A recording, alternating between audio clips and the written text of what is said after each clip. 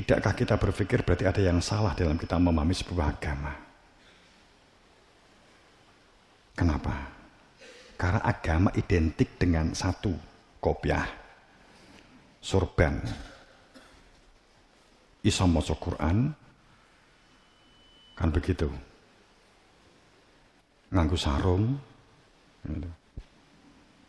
katakanlah itu dianggap sebagai agama orang-orang konservatif, orang-orang kuno kan gitu sebagai contoh. Lah ini sebenarnya seperti apa? Apakah begitu? Jadi kalau kita mengikuti pemikiran-pemikiran sekarang ini, ya judek sendiri begitulah. Sehingga saat kamu bermain mandiri, produktif di pertanian, di persawahan, di perikanan, di peternakan, ya, maka kamu akan diplot menjadi orang-orang sekuler, orang-orang yang tidak memiliki agama, atau orang-orang yang anti agama.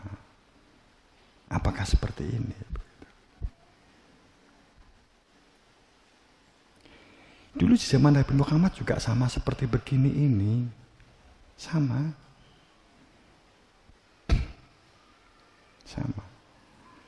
Saat Nabi Muhammad datang meluruskan bagaimana model beragama seharusnya, bahwa semua kehidupan ini adalah agama, bahwa semua kehidupan yang kita jalani itu adalah agama atau din. Ad-din adalah kehidupan di dalam sistem. Sekarang titik temunya begini loh ya. Agama sekarang dimaknai seperti konsep-konsep yang lain. Konsep ekonomi, konsep politik, konsep sosial, konsep agama. Agama itu orang yang konsep-konsepnya berpijak di atas kitab dan Al-Quran, Al-Quran dan kitab, hadis. Ini konsep orang pijakannya begitu. Itu kemudian begitu. Sedang pada saat kita berbicara tentang sebenarnya di zaman Nabi, ad-din itu kehidupan di dalam sistem satu, ditunjukkan asal-usul kehidupan, tahu jati diri kehidupan, tahu jati diri fitrah manusianya, tahu, mengenal jati diri fitrah manusianya, mengenali dirinya, hakikat diri yang berada di dalam itu diketahui. Diri fi anfus, diri yang berada di dalam jiwanya itu dikenali, kan gitu. Itu kan basiron, begitu sebenarnya kan gitu. Kemudian mengetahui tujuan hidup, berarti mengenal Tuhannya, tahu Tuhannya. Cara menuju kepada Tuhan karena tahu Tuhannya. Untuk dapat kembali kepada Tuhan karena tahu Tuhannya. Ini tahu. Kemudian bagaimana menjalani hidup dan kehidupan ini, bahwa manusia dilengkapi dengan organ, indera, otak, tangan, telinga, mata, pendengaran, penglihatan. Dilengkapi ini, bisa bergerak. Kemudian Tuhan melengkapi dengan adanya ruh. Diri yang berada di dalam dada itu adalah fitrah manusia, yang asal fitrah manusia dari fitrah Allah. Sehingga yang menjadikan bisa bergerak, bisa melihat, bisa berbicara, bisa mendengar, bisa bekerja, itu karena ada nafaktu fihi min ruhi, ada ruh yang asalnya di dalam, ada ruh yang asalnya dari Allah yang ditiupkan ke dalam dada. Itu adalah intinya manusia, katakanlah demikian. Maka saat mengenali diri, mengenali Tuhannya, atau dengan kata lain ditunjukkan siapa yang punya nama Allah, inilah Nabi Muhammad menunjukkan ini. Lah, karena ajaran ini telah tidak lagi disampaikan sampai Nabi Muhammad muncul, maka orang-orang masyarakat saat itu yang merasa telah beragama, saat ada penjelasan bahwa tentang tauhid ternyata seperti satu mengenal Tuhan, dua mengenal kehidupan, hakikat kehidupan, ketiga mengenal tujuan hidup sehingga harus kenal Tuhannya. Ini dianggap asing. Dianggap asing. Karena sebelumnya agamanya hanya didasarkan atas agama nenek moyang, katanya ke katanya dari katanya. Disebarluaskan dengan sistem katanya. Ini. Dan itu jarak Nabi Isa ke Nabi Muhammad hanya 500 tahun. Bisa kamu bayangkan gitu loh. Ya. Maka asing. Akibatnya hati sanubari yang berfungsi nuraninya mati. Karena nurani untuk melihat Tuhan itu hati nurani. Katakanlah, untuk itu belum saatnyakah manusia tersadar ataukah nunggu huru hara goro-goro? Belum saatnyakah? Saya mengambil ayat yang pertama. Alam yakni ladina amanu antarsya qulubuhum li dzikrillah.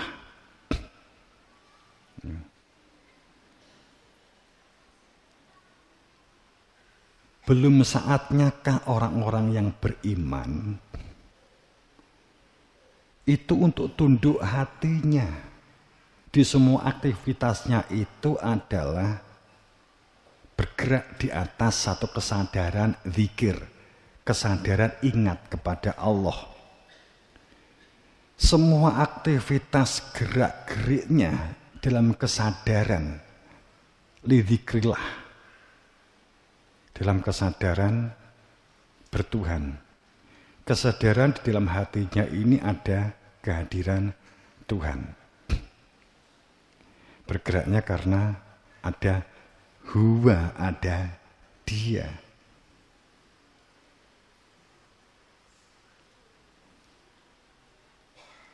Wa manazala minal haq wa yakunu kalladzi utul kitab min qabl. Belum saatnyakah orang-orang yang beriman ini untuk memiliki satu kekuatan sebagai kehidupannya di dalam jiwa, di semua aktivitasnya, dalam fungsinya masing-masing, itu untuk mengkokohkan dan menguatkan karena berfungsinya hati nurani yang ingat kepada Allah.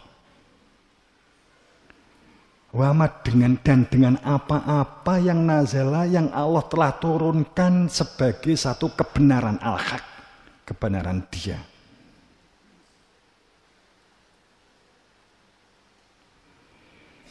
Tentang sistem manajemennya, sistem administrasinya, semua sistem wama nazala minal haq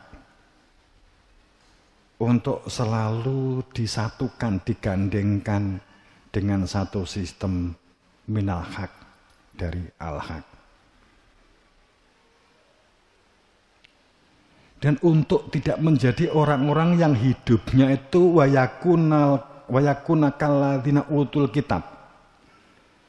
Hidupnya itu tidak berkutat, yang dijadikan sebagai utama pedoman hidup untuk keselamatannya itu adalah dari kitab, bacaan-bacaan maksudnya. Kecuali hanya sebagai wawasan min qabl.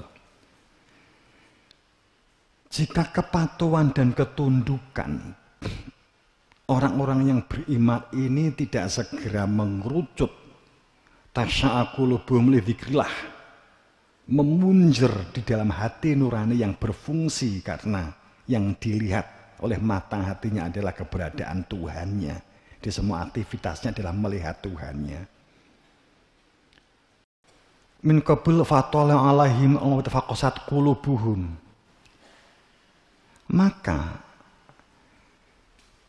diri kita, diri kamu, dan anak turun kamu akan saat mengalami keadaan fatala alaihim al-amadu faqasat qulubuhum, akan tidak sadar dan tidak akan pernah terasa bahwa ternyata hatimu dan hati keturunanmu tiba-tiba keras hatinya.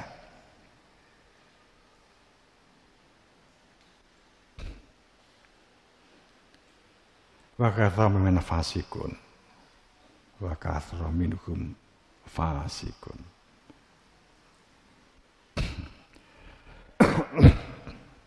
Belum saatnya kah? Hanya karena menuruti akal pikirannya sendiri, benar menurut akalnya sendiri. Saya sudah punya ilmunya banyak begitu. Belum saatnya kah tunduk? Itu kan seperti ditujukan kepada orang-orang beriman. Orang-orang beriman. Berputarlah, bertawaflah pada titik inti. Silakan kamu berputar hebat di dunia ini. La ilaha illallah, ngubengi Ka'bah, tapi memutar inti kehidupan. Kemudian kul hal min syurakaikum min yahdi. Saya menggunakan bahasa bebas saja deh.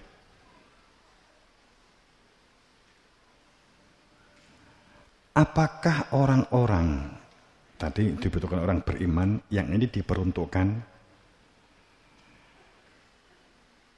apakah kamu merasa, hei manusia, memperoleh petunjuk? Kamu menyampaikan tentang kebenaran, menyampaikan tentang Tuhan, menyampaikan tentang surga, menyampaikan tentang neraka, menyampaikan tentang widodari, menyampaikan tentang malaikat. Kul hal min syurakaikum may yahdi ilal haq. Kemudian kamu menafsiri, mengira-ngira bahwa yang kamu sampaikan itu merupakan kebenaran dari Tuhan, padahal hasil kesepakatan-kesepakatan dan dari bacaan-bacaan dan tafsiran-tafsiran yang telah kalian buat. Hasil dari sebuah pemikiran, dari kesepakatan-kesepakatan yang kamu buat sendiri.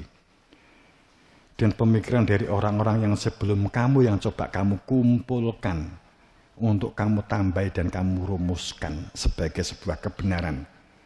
Kamu berbicara tentang surga, tapi nggak mengenal surga. Kamu berbicara Tuhan, tapi nggak mengenal Tuhan. Kamu berbicara widodari, tapi kamu nggak mengenal widodari.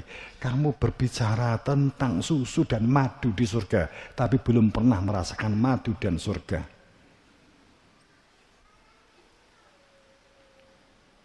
Apakah itu hasil pikiran kamu sendiri, rumusanmu sendiri, ataukah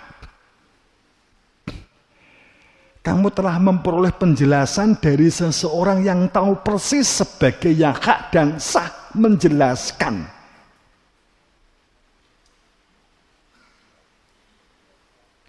Ataukah hanya karena pemikiranmu?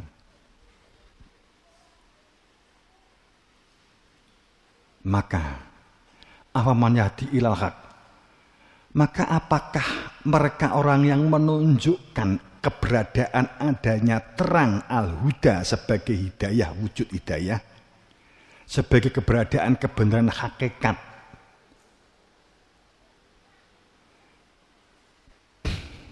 yang akan menghantarkan menuju pada kebenaran al-haknya,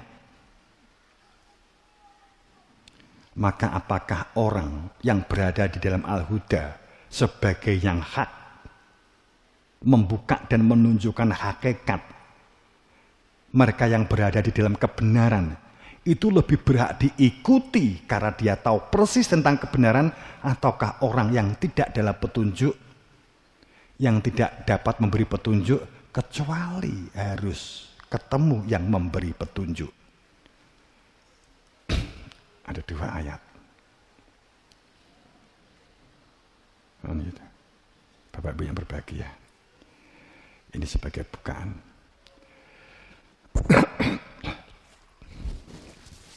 Jadi saat seseorang itu mendefinisikan berhala at-takhadha, saat seseorang itu memberhalakan sesuatu, definisi berhala itu telah tersepakati sebagai wujud patung batu atau dari tanah atau dari batu yang dipahat, yang kemudian ini disembah atau diluaskan seperti pohon atau batu yang dijadikan sesembahan, mungkin yang dianggap di tempat-tempat punden, maka itu dianggap sebagai berhala. Saat kemudian ada penjelasan bahwa sesungguhnya berhala itu intinya bukan masalah patungnya, bukan masalah pundennya, tapi yang dikatakan berhala itu adalah ego dirinya, ego setiap diri masing-masing, keakuannya. Karena sifat kultusnya, karena sifat fanatisnya, kamu fanatik dan kultus kepada seseorang, kamu kultusi, kamu fanatiki, dia seperti macak kiai, macak ulama. Akan tetapi tidak pernah bisa ditanya, apakah jenengan bisa tahu tentang surga, apakah jenengan kenal Tuhan? Dia pasti menjawab, enggak. Kecuali dari buku ini katanya begini, berarti kan enggak kenal. Kemudian ini kamu fanatiki, ini kamu kultusi, bukan berarti skeptis ya. Maka itu sebenarnya kita memberhalakan orang. Yang dimaksud di ayat itu berhala itu yang bahaya. Nek berhala batu mbok sembah perkara. Gitu. Kowe njaluk ndek watu, kula utang kula disaur nggih. Duh njeng siwa. Gitu. Entokmu ketoke angel, tapi jajal kowe mara nggone wedi karo bupati, wedi karo lurah, Pak Lurah.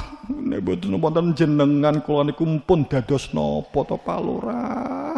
Mbok kula niku nyuwun 100.000 mawon dikai. Nek gak ngekeki kebangetan wong lurahmu.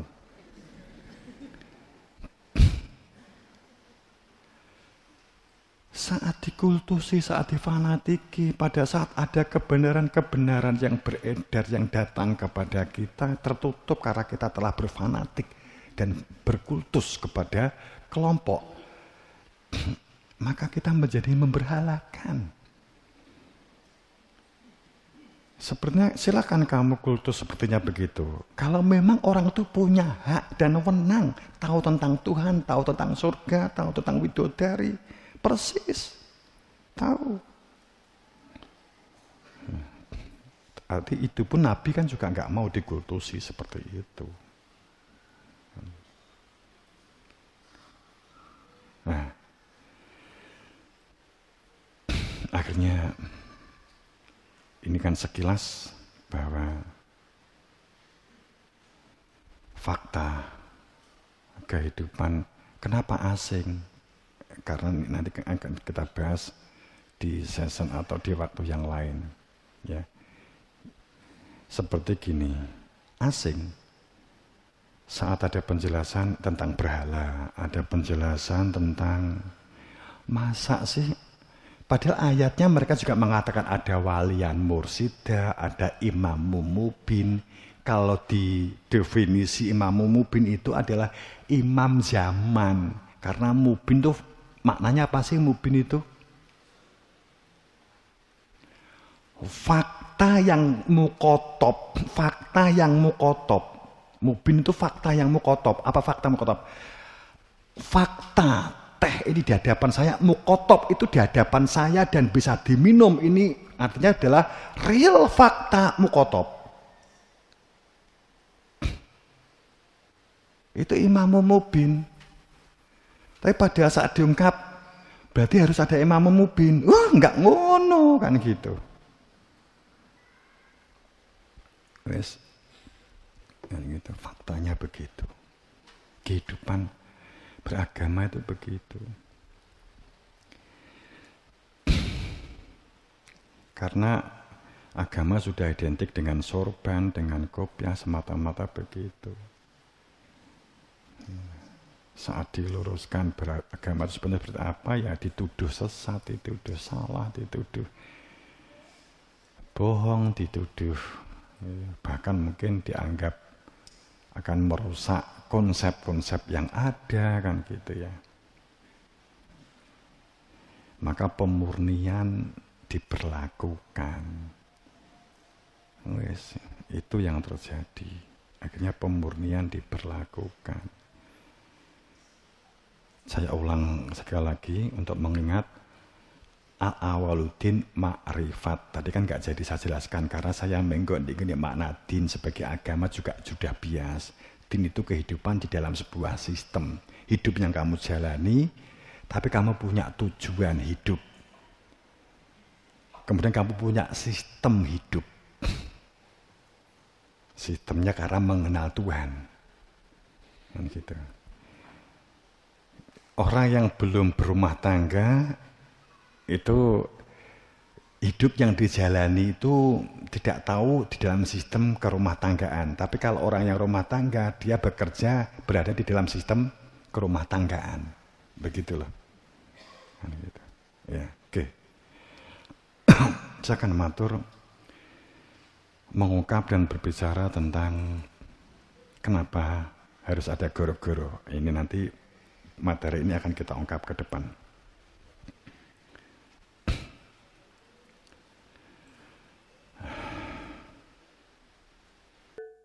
Debat gontok-gontokan, menang-menangan, bohong ngarep makmurkan, ngapusi pol. Tapi nek gak nganggo gelut, mediane gak payung.